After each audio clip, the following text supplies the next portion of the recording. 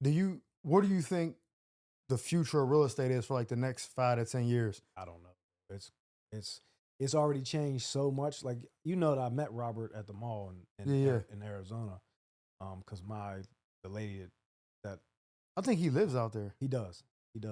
So his shopper is, I don't want to say my shopper because I don't really, she don't pull clothes for me and shit like that. Yeah, But she'll call me if like sales are going on or anything like that. Like she's who I use when I shop at Saks, yeah. and she is his shopper. So she introduced me to one day, and I asked him that question, and because I don't know everything that all my 5 year plan, 10 year plan, everything that I was working towards has gone out the window because of COVID. Everything has changed, so you got to pivot, and I really don't know the answer. I seen a Everything's video changing fast. where they asked this guy, and I know you don't like this guy. I ain't gonna say his name, but they asked him what the future of real estate was, and he said Section 8 housing, and he basically explained what we all know is that because the government pays more Yeah, than what you would normally get in the market because they're incentivizing people for low income housing, and it's guaranteed money. they want the people to be stuck. Yeah, so it's like, People are like, oh, it's free, I'll take it. But do you think that you ain't that's a supposed good? to never take anything free. You think? Well, yeah, but that's I know we ain't feed them talking for a about that day. side. Yeah, Feed them for a day. You know, you give them food. You feed them for a day. You teach them how to fish. But that's not what. right. Somebody got to flip the fries. So you know what I'm saying? Like everybody can't be that. Yeah, So do you think that you'll go back towards to like prioritizing something like that? I think if you do Section 8, I think you really got to do Section 8. Like you need at least 100 units. Oh yeah. If you got like one or two or three, it's definitely not worth it Why not? because they're gonna fuck your shit up every time, bro. Every time they're gonna fuck your shit up.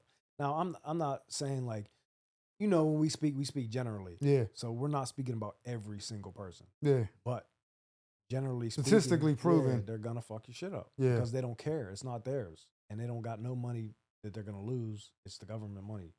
You know what I mean? And I just like there's too much shit that you got to fix with those. Like you got and the yearly inspection is tough too because the yearly inspection they'll nitpick at everything for the Section 8 inspection. They'll nitpick at everything, and then you got to pay to fix it, even though these people fucked it up. And it's every time you got to fix it. And there's no security deposit with that, or nothing, right? I don't think so. And some of them got to pay a little bit of money, and then you got to get that off of them. But some people don't. Some people, Oh yeah. some people they're paying it all. I just seen an article in New York. This chick owed $24,000 in back rent in like some subsidized housing in New York, and it wasn't even the landlord. Just things like the superintendent Yeah, was like talking to her about it. And she killed him, stabbed him, and killed him. Yeah, they 24 bands. She hadn't paid rent in 2 years. that's crazy. And that's why you don't buy real estate in New York or California. and when we talked about that, like those how just when we talked about yesterday about the squatters, right? Like Yeah, people not paying the rent and all that. Those squatter rights are crazy. And some people are like, they're so versed in that. Like, why don't you use that to become like a lawyer or some shit right. useful instead of scamming people out of Yeah. their, you know what I mean? So I guess you're that'd living be, for free, but you ain't getting nowhere in life. yeah, it's just like, oh, someone to sleep. But some people, Yeah. that's cool. Right. Never paying rent. Some people don't want anymore. But I just think like Section 8, there's so much that goes with it as far as fixing shit. It's easier if you have a bunch of units. You can pay. You can staff your own people. You know what I mean? You can staff A maintenance property men. manager. Yeah, maintenance man, shit like that. Where if you need to pay out and hire out every time something little goes wrong and you only have like one or two units, right? So But yeah, like even when I asked Robert that question, he's like buy gold and silver. because at one point commercial real estate was the way to go, and you know the dude Manny Koshman, so he's like I think he's Iranian, like a Persian dude. Matter of fact, he live right down the road in Newport Beach. Yeah. He's a super car dude, got a bunch of Bugattis and all that shit. Famous for that, like more people know him for the cars because that's his love. But he's a real estate dude, Yeah. and he was like nothing but commercial real estate. And at some point when COVID happened, he started to get nervous. But he said he made money on commercial real estate because people who couldn't afford to keep those buildings because people weren't working in the office no more, sold him back buildings that he sold them, and he got it for way less than he just made money because then the world went back to people going back to work. So I think at one point, commercial real estate, just from what I understood, was not a good way to go because companies were seeing you didn't need brick and mortar to staff people. But now, the way the president's coming, the way Elon's coming, they're forcing all these people to go back to in-person work. That might change it but again. they can only force so many people to do that. They can only force like government. Yeah, to do that. Elon was just doing like Yeah. his companies, and Bezos was talking about Amazon. But yeah, the government shit is just for Trump because he's gonna get state control. I still think it'll be less. Like in another 5, 10 years, there's not gonna be any malls. You don't think I so? don't think so. And there might be one or two, but most of them are getting shut down. You're buying everything online. And a lot of shit's not even in the mall that you want to buy. You see, you know what I mean? I It's can see way that cheaper. happening. It's way less overhead and way cheaper for them to pay. I mean, the cheapest advertising you could possibly do for no matter what it is Instagram. Those ads are so cheap to run. And, you know what I mean? Yeah. It's that's the best marketing and advertising you could do for your dog. And now they got influencers and stuff that they could pay to be like, hey, wear this in your video and it'll go crazy. So I mean, if you look at your phone, most people are on social media the majority of their day. I don't give a fuck if you're awake or at work. Your shit might say 5 hours a day, 6 hours a day, 8 hours a day. You're on that shit. So if I put an ad for $10 a day and it pops up and I reach 1 million people in a week for a T-shirt, it's going to do better than me having to give a cut to the mall or whatever store I put it in, and then I got to press it and send it there. So if you had a choice where you could pick any lane of real estate to like really like prioritize and be like, this is my niche and it's going to do well, what you think you would choose? What I'm good at now or what I want to do ideally, for the future? like if I could pick if you had to niche it down to where, you know, like you see some people, all they do is flips. Like they don't have no rentals or nothing. They just do flips. They have a system to where they can, you know, all that. That's their thing. And there's people's like, oh, I got 500 Airbnbs. Like that's all I do. If you just had one niche of real estate, what would it be? For me, if I was doing it, I would probably want to do flips because I don't want to be dealing with the shit long term. I want the cash and just be able to put that money into something else or whatever. I don't want to long term it out. I don't really want to put all my eggs in any basket because I want to stay balanced because I never know what's going to happen. It's easier if I got to pivot, it's easier to pivot in one small corner and keep my other shit I'm not saying you get rid of everything I'm saying, but if your niche is like the thing is like, this is what I'm really good at and I prioritize this, what sector would it be? Like Joe has told me, the guy that just sold back the home, company, so he just sold his company, but he's always told me, you know, you need to focus on flips. That's what you're really good at, design and, you know, doing what you're doing. You need to focus on that. And so basically what I told you, okay. But if I had to pick something I really like to do, it would be flips for that reason because I get to design.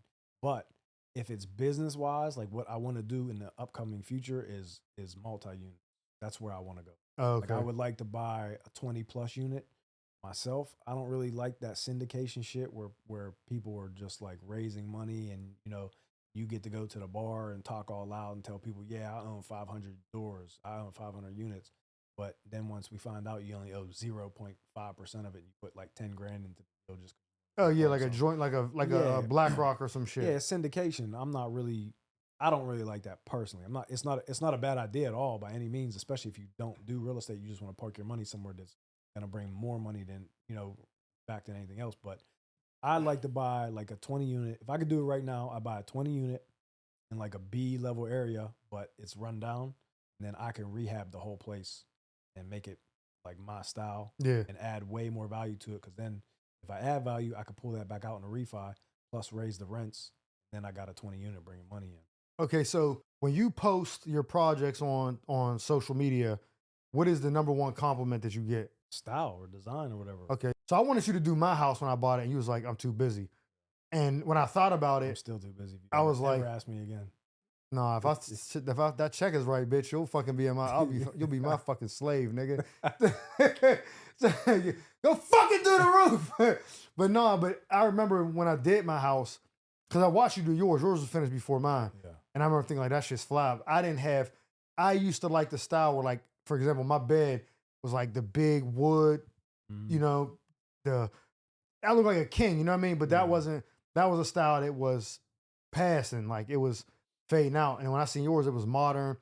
Everything was sleek, you know what I mean? So where did you learn that, like, your design sense? Because I know you told me the answer to this, but I never took a class. I never took a course. I've never even taken like online anything. I've never even read a book about design or any of that shit. I literally, it's just a gift, one.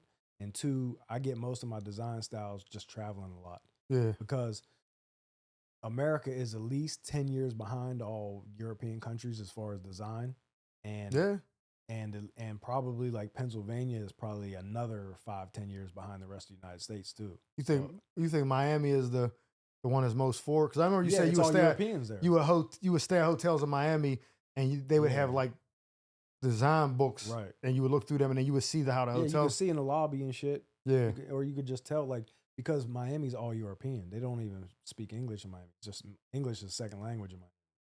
So most of that shit, you know, and then like when you say European, you know what I mean, like the people, or you mean like the investors, no, the people, investors, like Spanish, like Spanish, Cubans. yeah, Spanish, but a lot of it's Spain as well. But you know what I mean? They're bringing those designs over. But yeah, the investors and designers are all European. People living and working are Spanish. Yeah, But like those people designing the big condo buildings. yeah, or the people was in anything charge of that. Yeah, the hotels. You ever see the Porsche building? The design on that? No, I've been inside.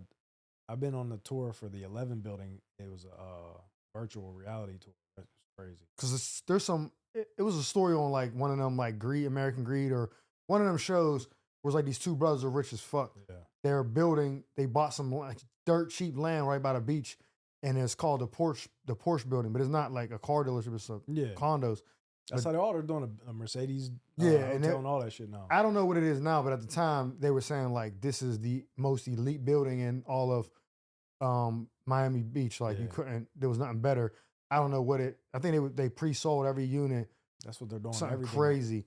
They're all trying to compete with each other. Because they said if you seen Cocaine Cowboys, the whole Miami was funded on drug money. Of course, and it's probably slightly still is. It's the only country in the United States where you can still buy shit in cash somehow.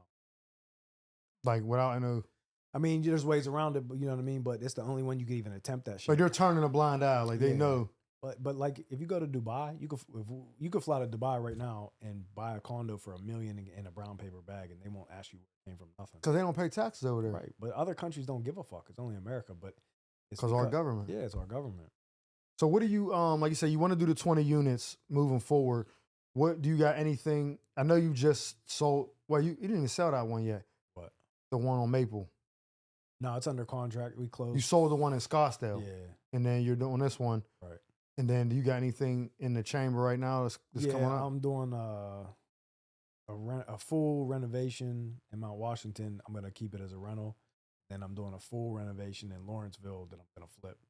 Then I got another one in Scottsdale under contract. I haven't even seen it yet, but I'll see it tomorrow when I get out there. And what you want to do with that Airbnb? No, I don't want to do another Airbnb. I'm either gonna. I need to sit down and go over the numbers because it's a good project to flip either way, but I need to see. It might be, I like the art side of it. I like to create, so I want to do the project, but it might make more sense for me to just flip it as is, like put new carpet in and paint and just sell it as is. I might make the same amount of profit if I do that. Well, less hassle. Without having to take 6 months to fully renovate the whole thing, because I'm just getting it at a good deal off market. Yeah, that's what I told you before, because like I said in the beginning of the episode, like them cabinets, that was like an $8,000. Right. You add that up, you're like, damn. But again, you might not care at the time. You might be like, money ain't really the issue. I wanted to look a certain way. Yeah, because I knew I was Airbnb-ing it. Yeah. But you got like the grand scheme of things without really diving into the numbers for that. I paid $430 for it, put $350 into it, and then when I refied it to get out of the hard money, the value was $1.25. So I only had $770 into it. Probably a little bit more with closing costs and all that shit. Let's say I had $800. Yeah. Still refied it at 1.25. So my value went way up from me doing it, even with the little mistakes that I made.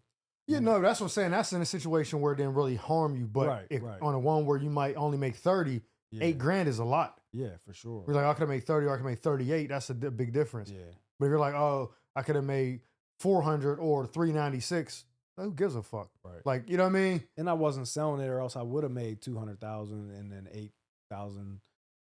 But if I was selling, I probably wouldn't have changed those cabinets. Yeah. Probably just said fucking left it. So it depends what you're gonna do with it. And the one I just sold in Scottsdale was a little bit. I think it was my best one so far. This one you just sold. Yeah. Oh yeah, for sure. I think it was my best one so far, especially like the backyard and everything I did. It was a design that is not really my style. So I had to design it differently. It's still modern, but my personal taste is ultra modern. So why wasn't your style? I just don't design that way normally. You know what I mean? Like it was still modern, but it was like contemporary little bit. It was more like Spanish modern. So, but I had to do it that way because that area calls for that. Oh, And okay. That's what I was wondering. yeah, and that you got to kind of. That's why I don't understand how people invest, or maybe they probably invest and just hire people locally. But like I couldn't buy something in a different area and just not see it and not know the area and do the work because of that reason. Like if I go in there and I don't know that the area calls for the Spanish modern or whatever, Yeah. and I design it how I like, it probably sits on the market for a while. Yeah. That's part of the learning the game, though. Yeah, you got to know what each little pocket calls for. Yeah, you don't want to overdo it. And the house was like, Right. you ain't never gonna sell this because that's what a lot of people told me when I did my house, but I never planned on leaving. Right. So I did the way I was like, I want this to be the way I want. Forever home. Yeah. Yeah, and then Until you got beat up in the basement. oh, chill out, bro. That was a year in too. But then it was crazy because I loved the house when I did it, like it was my style. But then the more I start seeing like going out other places, changes. I'm like, damn, I wish I would have done it differently, Right. or would have got a different house and just. But that's you can't avoid that because Yeah. you change. But when I saw mine, I felt like good because I was going to LA. I set the tone for the market in my area now Right. because I got way more than any other house was even close to being listed Right. at. Like I listed mine for $350, and the next best house that was even like comparable wasn't even in that same area, was like I think like $270, and it was like outdated. It was from the early Yeah. '90s. So when they seen my shit, they were like, "Oh, that's not going to sell." And Yeah, it because did sell, you can't find any comps. and it did sell for that. And I was like, oh, I got it. So once that Right. sold, that changed the layout, the landscape of Right. what these houses your are going neighbors for was now. Happy as hell you did that. Yeah, and they was talking shit.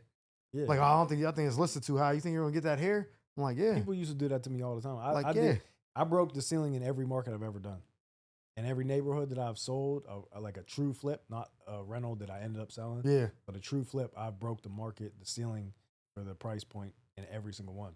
Because And I had what you're so many doing to people- it. Right. But there is a certain level where you got to stop. Oh yeah, you 'Cause you're can't not just gonna go get the money back. crazy. Because people will want it and people will think it's worth it, but the appraisal has to come back to justify. That's the one thing, lender, and unless they got cash. that's one thing, and two is, no matter how nice the house is, if you're spending that much to be in an area you don't deem worth that much, Right. then it's different. It's like we live in, we from the hoods. My hood now is being gentrified. Yeah. Yours is going the opposite way. Whatever Right. that is. It's never- Whenever it's it's never getting gonna worse, in your neighborhood is more dirty. Yeah. So my neighborhood is getting gentrified now. And so when people that I grew up with are like the generation my mom's age, when they see a certain house selling, they're like, are you fucking kidding me? That price for, but I'm like, you don't even see what's happening around you Right. to realize that this is the way of the future. But again, that's going to be a neighborhood in the next 10 years where How do you feel seeing that from the outside looking in now that you're here, seeing shit get gentrified? Because I got mixed. I'm in real estate, so I look at it totally different. I got mixed feelings too about it. And I'm leaning more towards, yeah, that's kind of good, because I look at it both ways. When they were, the argument Kim was on Facebook, there was a row houses Yeah. that we've known, my generation and my mom's generation, we've known everybody that's ever lived in them row houses Right. because it's a tight knit community. And then we see what they're selling for.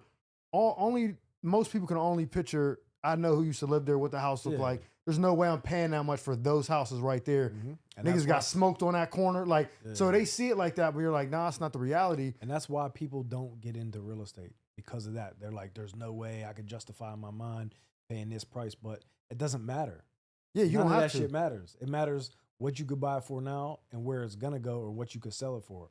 And people, like, instead of those people saying that shit, like, that's crazy, da da da, why don't they say, okay, let me buy it for that much money, or let me buy it now. Let me and then buy another sell it. one that's on the low Yeah. and fix, you know what I mean? So what happens is, when I told the girl, I'm like, listen, gentrification normally affects the poor people, which, It affects because of taxes. yeah, but I mean, it's like, they'll take over a neighbor. So in Pittsburgh, right, back in the day, like way back in the day, Lorimer was an Italian neighborhood. Right.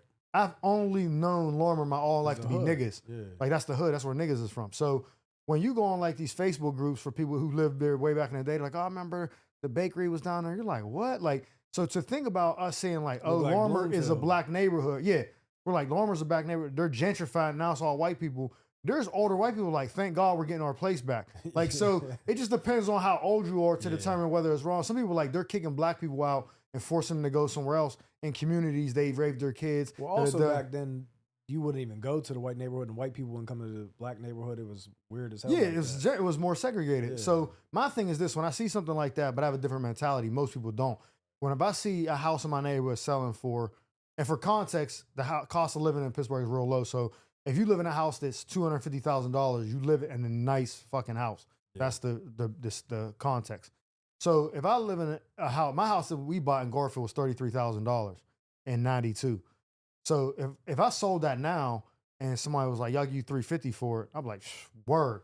Somebody was like, that house sold for $350. Instead of me looking at it like that's not fair, I should be like, well, what can I do to get in on this? Right. A lot of people don't think like that. Same people to be like, well, Trump don't pay taxes or Amazon don't pay taxes. Instead of being like, well, they're getting away with it. So clearly there's a loophole. I need to figure out what that is. They're not doing anything illegal. People just complain about it because they're like, that's not fair. Why don't you, if it's free to you to do it? So that's fair because it's in the tax. That's what I'm saying. But they're looking at it like, well, I got to pay taxes. Yeah.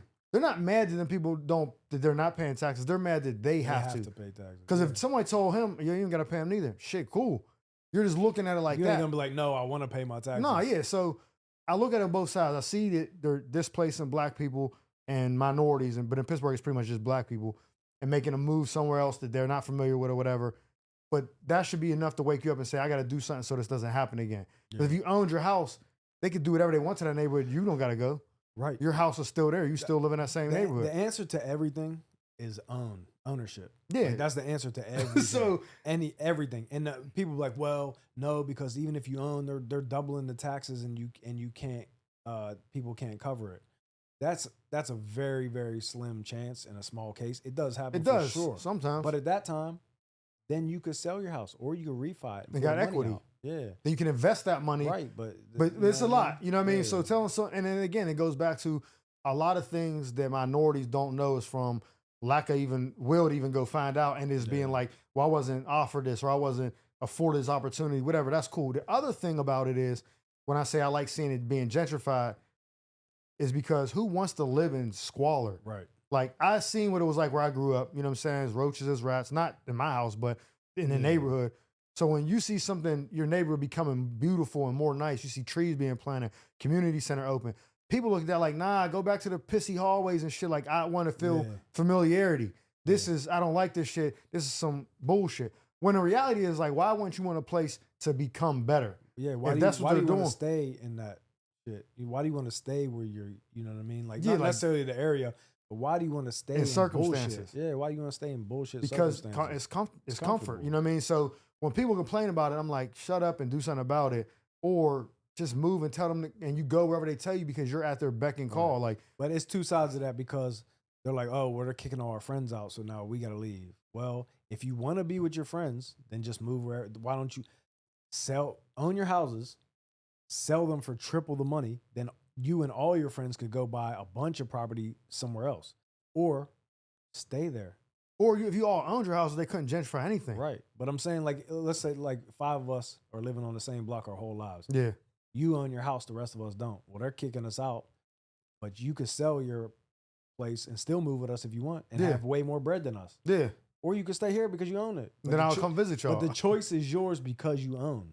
Exactly. So it's the thing I said. I see both sides, but I'm not ignorant enough to be like, oh, no, because I know there's some people that's never going to own a house in their life. They just don't. But that's a choice. At this day and age, with the internet and everything you can find on there, it's a choice. But I'm saying there's just some people that are just dumb. Yeah. Well, like some people just don't want to. There's some people that just have to flip the fries. Yeah. Like when you take a job like that, McDonald's, which is supposed to be for like high school people and like maybe like old retirees that just want to do something to give them like something to do during the day. Go to Home Depot and when you're in the middle, 40, 45, and you're like, yeah, how can I help you? You're fucked up. This is on you, bro. Like you've made some bad decision or you're just dumb. And unfortunately, that's life. But so I get it. But what you said, we got access to so much information at the tip of our fingers Yeah. that there's really not an excuse. I mean, there probably are some small situations, but generally speaking, no. But Right. everybody, the society wouldn't even work if it was like that. Right. Everybody can't be just don't- bosses. But there's no, I don't understand why people get mad at it. Because if you didn't make that choice to take ownership or whatever, that's fine. Everybody's not an owner. Yeah. That's cool. I don't probably want to own, like, I'd rather live in a condo now, own my rentals and own properties, but I don't want to own my own place right now because it goes on my credit score or goes against my credit. You know what I mean? And it's a liability, not an asset. It's not making me any money. And that's why, the really rich people don't own anything anymore as far as their own houses. But that's just delusion. People not understanding, like, being accountable. But saying, you got to make that decision. yeah, but You can't be mad at everybody like, oh, that's fucked up. They did it. You made the decision. You don't have to own, but why are you mad at other people if they do or don't? Like, you shouldn't care. Yeah, but again, like you said, if you get to a spot, right, where you're renting, and let's just say you're there for 5 years, you love it there, your kids are being raised there, and the owner is like, we decide, you know what I mean, when your lease is up, we're going to let you go because my sister needs a place now. That's family. You're like, this is bullshit. No, it's not. Right. Own your own fucking house and no one can tell you that. Yeah, exactly. You know what I mean? Like, so that it gets to that. But I see you got your shirt on. What's it say? Real estate is my art. And is that something you just made for yourself or are you selling it? I'm going to sell them now. I got a little Shopify up now. I got some more coming. I'll probably, when I go to Arizona tomorrow, I'll have a bunch and I'll put the rest up. Do you know what the Shopify, the name is on there? I think it's just whatever Blig Business. Oh, okay. Shopify / Big Blig Business. Yeah. And where can they find you on social media? My Instagram is Blig Business. My business page is Blig Business INVT. And then Facebook's just Blig Blows. All right, I'll put those in a video or whatever. So you got anything that you want to say before we go? I was gonna ask you, how you originally got into comedy and what similarities you could see to what I do as far as your art. So you probably noticed if I tell you, you might not remember exactly, but I was always on Twitter, like writing the blogs, the funny blogs, and people was like, oh, you so funny, you should do stand-up. And it kind of made me think about it. I was like, because I've always been funny. So I put the question on Twitter jokingly, like, if I did an open mic, who would come? Yeah, I do remember. And they were like, mad people was like, I'm there. And I'm like, oh shit, better response than I thought. Yeah. Kind of gave me the, oh, nah, I got to at least try. And then I did it. And then for the first time, it's kind of like, if you're comparing the two, like real estate is like, if you buy a property, let's just say you buy it for 10 grand at the sheriff's auction, right? You put the work in, then you sell. Let's just say you walk away with a profit of like 40 racks, right? When they clear that check, and you think about the work you put in and all that shit, that's kind of how I felt the first time on stage. It was like, I did skydiving before. With the energy. Yeah, I did skydiving. I've done crazy shit. Nothing ever felt like that in my life. It was like, oh, this is what I'm supposed to be doing. Right. And I was like, holy shit. And then I kept doing it. Then I stopped. And then I ended up, like 6 years I went past and I went back to it. But I think that maybe not the business side, I couldn't compare it to comedy, but you designing properties is most similar because that's the artist. I'm an artist, you're an artist in that way. And like your shirt says, real estate is my art. You look at something, you take a blank canvas, which is, well, it's not really blank, but you look at it and say, this is what I have. What can my brain come up with to make this the best? Right. I can carve this out. I can do this. right? And then let's say in the middle of that, you're doing that. You're like, oh shit, I don't like these cabinets. These cabinets are better. And you switch it. That's the like switching a joke. My joke. So I tell the joke. I put the time in to get it built. Then I'm like, nah, but I think the joke could be better. So I just ripped that joke down and put a better joke in. So now you can see why I tore the cabinets out. Yeah, but that doesn't affect my business. It's not like a money investment. Right, but that's why it's art for me. That's what I'm saying. So that's why I said sometimes your art will interfere with your profit because you can't differentiate the two. Yeah. So for me, I'm like, oh shit. So it's kind of similar. It's like I'm painting this picture. I'm taking nothing. I have a premise. Oh, flying on Spirit is bad. And here's some of the pros that I don't like. But here's some of the cons. I mean, here's some of the cons, but here's also some pros. Yeah. And I just take that and just start carving it, chiseling away to make it a polished joke instead of just an idea. And then I present that. But the reward isn't money. I mean, that is at the end of the night. End goal, it's the end. But the laughter is that worked. So if you do a house and you put it up and people were like, oh my God, that's the nicest house. I would, if I was in that kitchen, I would never leave. that's the equivalent of like, yo, you're the funniest dude I ever seen. Yeah. Like my stomach was, that's the same. Right. So when you post the video, like you said recently, which is your first taste of like getting some like viral sensation, like some fame off of it, all the comments, the followers, you're starting to see that people gravitated to what you did. So for me, it's the same way. When I make a video, stand up, Right. whatever, being funny, it's the same way. Because that's how I got started, was a joke on Twitter. Well, I mean, did you did you ever think like when you were younger about any of that shit? No, it's funny you just said that, because I was telling my daughter, like, whatever she wants to do, I'm gonna support her, because not even saying my parents was bad, but me and you always talk about this. Our parents just regurgitate what they were taught. Yeah. So when they say go to college, get a good job, be in debt for all this time, retire at 65, that's just what they think it's supposed to be. So I didn't even think you could be like, when I see Martin and stuff on TV, I thought those people were already famous. Yeah. And so they just got to do that job because they were famous. I didn't know it was like a nigga that was testing out material in DC. You ain't know what it took. Yeah, I didn't know that was a possibility for me. Like, oh, I want to be a comedian. My dad would be like, bro, get a job. You're either going to the army or going to college or something. You're not just going to tell jokes at the improv. Nothing like he's being malicious or nothing, but to him, it wasn't reality. Reality for him is work 40, 50 hours a week, provide for your family, come home and hate your fucking wife and your kids and shit because you're miserable. That's reality for him. And so now we move into this generation, especially with technology, that you're like, I could do whatever. So when I was a kid, I never even thought that was a possibility. Right. But I would not record myself, but like we have like, remember the camcorders? Yeah. I would always be being silly and I would love watching it back. Like you watch a movie, you're like, damn, that's me on a big screen. But I didn't think that I could be a career out of that. When you did your first stand up, was that it? You knew, like you said, you knew that was it. Facts. But did you do your second one right away? A month later. Then the next one was another open mic at the Improv, because there's not really like shows throughout the rest of the week or the month except for the Improv. But that after the first one, I knew, and I started picking up traction fast for Pittsburgh. Right. Out here, that would be normal what I was doing. Yeah. You feel like writing jokes or writing. Obviously, it's easier to write things for Instagram and shit because you can practice it, edit it, and shit like that. When you're on stages, you fuck up, you fucked up. But when you're building something like that, because you've been on projects with me before, can you see like similarities of building your on-stage jokes in your set, how I would build like properties or build or like design, like when you see me like changing things, it's like and because you come to a lot of like the majority of my shows that I do when you're around. Yeah. I mean, all of them you're around, but there'll be times. So like I'll give you an example to correlate the two.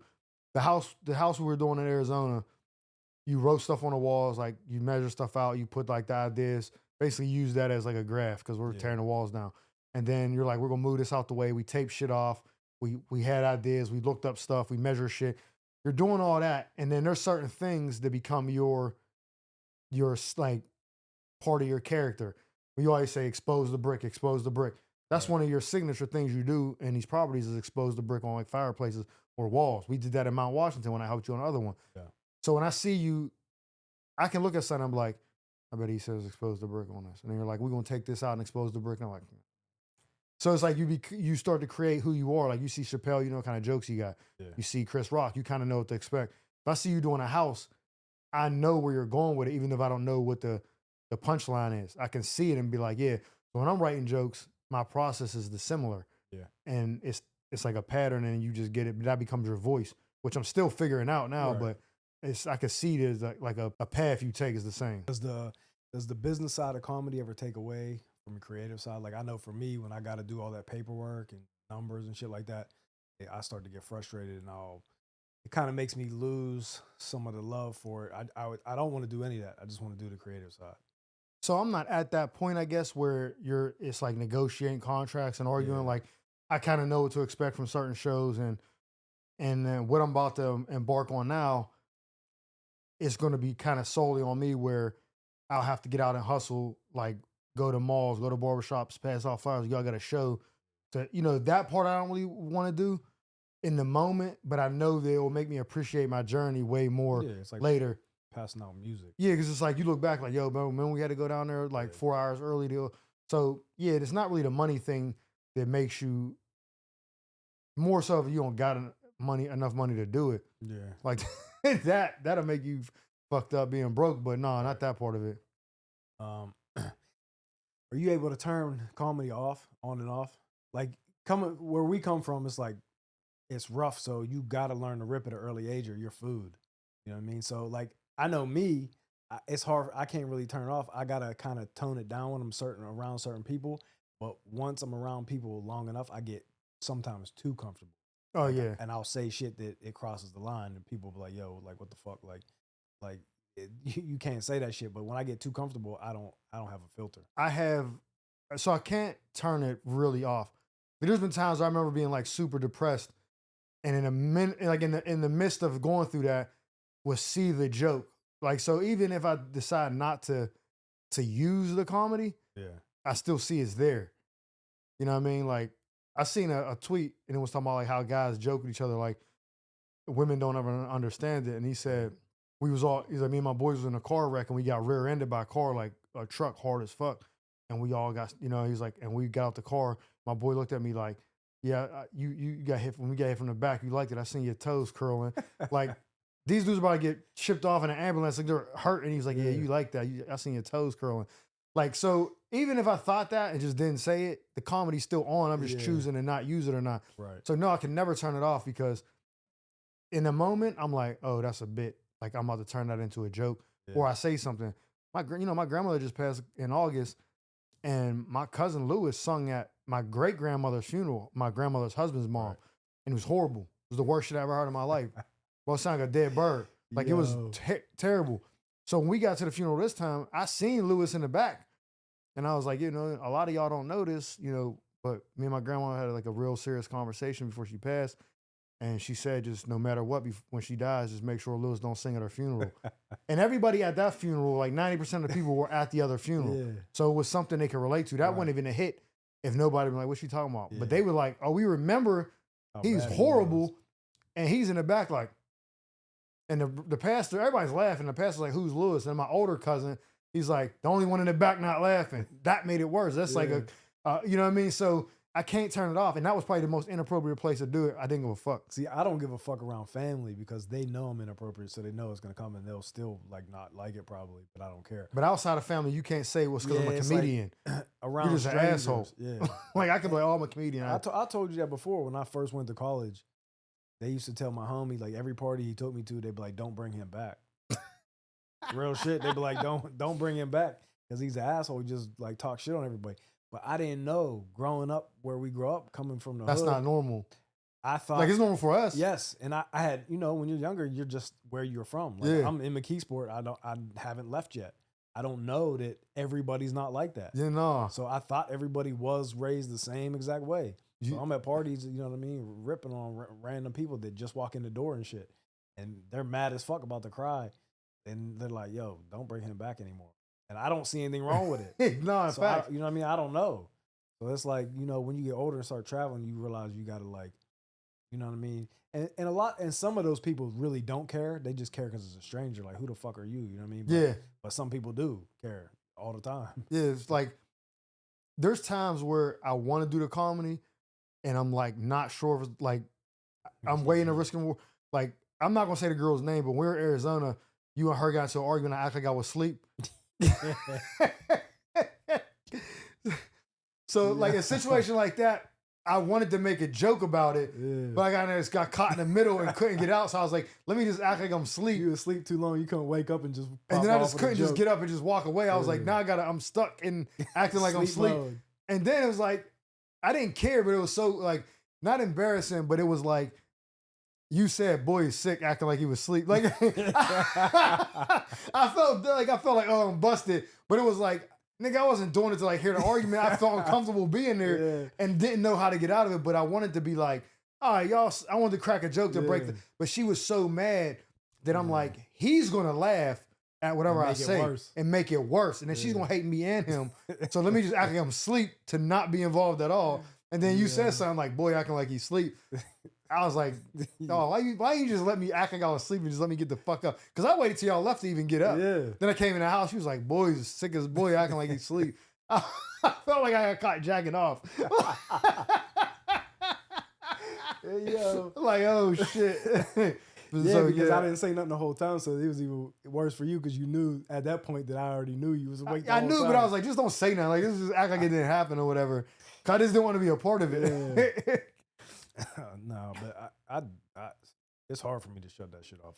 Even when I'm around like strangers too, it's difficult. But you know, like, you get a pass because you're a comedian. Yeah, that's why I don't said. get a pass In real life, if like your family, they know what to expect from you. Yeah, The way your family expects that from you is the way society would expect that from me saying, right. oh, he's a comedian. Like, so I can say the same thing as you, and it's not gonna go over well at all. no, because it was like, why would you fucking say that? You think Right. everything's a joke? Yeah, And I'd be like, no, actually, I do. yeah. Like, I do think everything's a joke. it Like, is that's a what I joke. get paid for. And I'd be like, fair. You know what I mean? Yeah, right. How do you deal with being discouraged at times? Because I mean, obviously, I get the same way, but you know, shit that not going the way I wanted to go, or you know, projects in particular, or the grand scheme of things, like it's slow. So for me,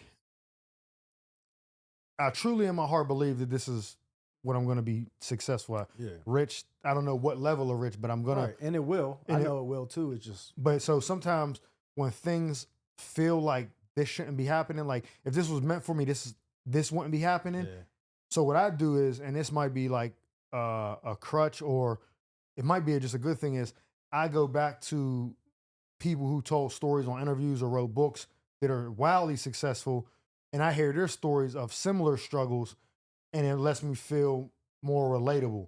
right. Like, oh, if I wasn't going through this, then maybe it wouldn't be meant for me, because I think that you got to go through stuff like this for that to be the payoff. Oh, for sure. So like I'll listen to, like, David Spade wrote a book, and I was listening to it, and it was at a time where I was complaining about like not getting up on stage enough, like not getting a lot of opportunities, and I was struggling and this and that, and I was like, this is fucked up. And then I was listening to his audio book, and he's from Arizona, matter of fact, like from Phoenix, and he was telling these stories about how he moved out here, and I remember thinking, I need to shut the fuck up, because his shit is way worse than me, and he's wildly successful. Yeah. Like, so that gives you it'll be okay. I mean, and I think we both know we're going to be successful in our crafts as for each other as well. Yeah. Not just ourselves, but it's still difficult to deal with, like, waiting time. Cause at the same time, like, I don't really, I mean, we need money to survive, but you know, we don't have to be super rich right away, but it's like, all right, man, you know, I've been putting this work in, and it's not like other people haven't either. But it's like, at what point do you get over that threshold? Well, I think that everybody's journey is different. I think a way for that to not feel as bad is to learn to enjoy the journry and not the 100%. destination. Because if you think about it, right, like I can use somebody, and I'll bring him up because I was just listening to his book too, Kevin Hart. Kevin got 40-Year-Old Virgin, right? We'll use that. That was a small 2-minute role, you know what I mean? One of the big, it's probably the funniest scene in the whole movie. It was a small role. And I'm thinking, like, when he got that role, was he like, yo, I'm in a movie? Like, was he excited? Or was he thinking, that was some bullshit, 2 minutes? Yeah. And so I didn't know for the longest, but then I read the book. He touches on that moment. He said at that time he was like kind of like depressed because nothing was going right. He was hearing all these no's, all these, you know, shit was flopping. And he auditioned for the other black dude who plays. Yeah. He auditioned for that role. And the dude that was the director of that or whatever, that was his man's. So he was like, if my man's isn't gonna give me the role, nobody's gonna give me the role. He's like, and he just gave me that other little part I had as like some consolation. Like, I fuck with you. I think you're funny. I'm gonna write this little part in for you. Right. And he said that was discouraging as hell. And then later on, when he went to do Think Like a Man, that same dude, Romney Malco, was in it, and Kev was the star of the movie. And Ronnie Malco had like, he was a good role, but not the star. And he was like, that's how things change. That we're working on the same project together, but now I'm the star, and it shows it's never over. So I was wondering, like, when you're getting these things, at the moment, does it feel like this ain't good enough? Or do you feel like, I can't believe I ever even achieved this? And then you only look at it as like some bullshit when you look back. Yeah. Like right now, if you got this, the Airbnbs or whatever, and you're getting, like, let's say you sell a flip and you profit 100 racks. You're like, oh, this shit's crazy, right? Like, that might be amazing to you. Let's say in 10 years from now, you're doing deals where you're like, oh, I made 1.2 million on that. If I was to be like, well, how would you feel when you made that 100 racks on the other one? You wouldn't be like, yeah, that was some bullshit. Because you're not gonna compare that feeling now till then. Right, but if I made 100 racks now, and then in 10 years I'm still only making 100 racks, then I'm like, now this is some bullshit. Yeah, you'll feel like that. But so it's important to keep growing Right. and not be frustrated at where you're at. Because even if you think about where you're at now, that first rental you and your man's bought for 9,800 or whatever, Yeah. you're not fucking doing deals like that no more. Right. So even though you may feel like you're stagnant or you're not growing at the rate you want, look where you started at. And I look at that too. I look at like open mics. I was begging to get stage time, and now I got 3 cities booked for me to headline. Right. You know, so it's like that. But I know why I don't grow. It's because, and that's the most frustrating thing for me in real estate personally, is I know how good I am at what I do as far as design and layouts and all that shit. But I'll see other people that have started way after me and they'll surpass me in a couple years, and they can't even lift a hammer. They don't know how to do anything. They don't design nothing, but they're good at just crunching numbers. So Yeah. they'll get on the computer, crunch numbers, and then just hire somebody to design for them and hire somebody to build it for them. They don't even see the project, none of that. But money wise and size of deals will surpass me. But I can't really. I'm not a jealous person at all. Yeah. But I'm like, damn, I need to be doing that. I need to figure out a system. But I just don't like that. But I can hire somebody for sure. But that's just not me. That's not where I'm good at. But you know what I heard? Somebody said this other day was like when someone says it's a dude named Alex Hermosi, he's like a super business dude. And if I asked you like what aren't, why isn't this working for you? Like why couldn't you do this in real estate? And you say, well, I'm not good at technology, or I'm not good at, this, and this is the thing. The question he says I automatically asked him is, how is that helping you? And you say, what do you mean? Like you saying you're not good at that, how is that helping you become better? Yeah. And your answer is like, well, it's not. Okay, then why are you still talking about it? Either you figure it out, or you hire some whatever. But it's like you complaining or saying, well, I'm not doing this because of this. It's not helping you at all. And once I heard him say that, I was like, oh shit. So anything I'm complaining about now, I'm like, well, is that helping me or hurting me? It's not helping. Yeah. So I try not to do it. But it's something I recently just came across like 3 weeks ago. And I was like, oh shit, that's dope. But that's how I look at it. So for you, if you see where you lack at, you either have to make a decision where, again, these are cabinets, I'm leaving them in because I don't have the time or the money to just lose that money on that. I need to put that, because think about that 8,000. No, seems like that's a stretch. whole kitchen in the hood or a whole bathroom. You put that 8,000 into like maybe like the S&P 500 or some shit. Yeah, you made money. You didn't lose it. So it's like once you start your perspective on it changes, you start to make better choices, or choices that are maybe uncomfortable. Like you said, we talk about comfort, right? Mm-hmm. You see these people, you say they're not designing, they're not doing nothing, they're good at numbers. You're like, I'm not comfortable if I'm not hands-on. There's at the point where you're going to be like, I got to not be hands-on. I got to just do it this way. And then once you start seeing it's working, you might be like, oh shit, hands-on, and don't feel as good. Yeah, you're right. Because it definitely doesn't make as much money hands-on, because it slows down things, constantly changing things, when I am hands-on. And you said it earlier, when we first started, I'm the only one that's going to notice stuff like that. Yeah. And once the project's done, nobody knows what I changed or what my thoughts were originally and how I might have changed it halfway. Yeah, they're not going to be like, oh, this is I'm glad you did this, because they're not going to even know. They didn't fucking know. Right. And so you think that's just one thing, and that was a big thing. There was $8,000, but if you add up those over the course of 3 or 4 projects, now you might be at $50,000. But you can relate to something like that as well, because you tell a joke that you told a couple years ago, and now today you changed it, made it funnier. The people might laugh just the same. They don't know how it used to be. Yeah. So, you know what I mean? And here's the thing: what I will say to that, I agree on the artistic end of it, but if that's costing me money, right? I get it. If I gotta like stop touring to make that joke better and I lose money, I'm not doing it. Right. Hey, like I said, I'm saying it the way the fuck they like it. You know what I mean? Yeah. So for you, if you say, okay, well, I knew this was gonna be Airbnb, that's why I did it, then you kind of like, okay, well, I understand it. But if it didn't make a difference neither way, then you have to be like, is this gonna hurt or help in the long run? Will this matter in 5 years? Will it matter in 10 years? And if it's not, then you gotta be like, nah, fuck it, I'm leaving these cabinets in. Next time, and then what that does is, because I do this a lot too, I make impulsive decisions, like designing in studio. Right. It was stuff I bought originally, and then I rushed to buy them. Mm-hmm. Instead of me being like, let me do more research to find what's better. I could have saved myself. Luckily, I could send all the shit back to Amazon, but you doing that might have been like, next time, let me make sure I pick But it's exactly tough. what I That goes want. back to my thing about the malls. You're ordering this shit online. You really don't know how it's going to look until it's in place. And that's the same thing when I'm doing real estate. When I'm designing something, it might look good online. And then when I get it, the material's different Yeah. quality. And you still don't really know until you put it in place. Yeah. Because I'm a visual, hands-on person. I got to be there. I got to see it. So, I mean, that changes things for me. Like you did in here. You change it. Once you got it in, got it up or whatever, you ain't like it. Yeah. That's the same as Yeah, man. For both of us, I think going forward, I hope that we both find that stride, because it's now or never. You know what I mean? It's like Yeah. no more time to waste with the bullshit. So we got to figure it out. We got to do it, and I think it'll work out, man. So that's why I'm doing this shit like this now. I'm putting more content online. You know, I really don't like being in front of the camera like that. Of course, you know, I don't mind it for short periods of time. yeah, I don't like constant attention yeah, like that. But it's like you said, attention is it's now currency now. right. It's now or never.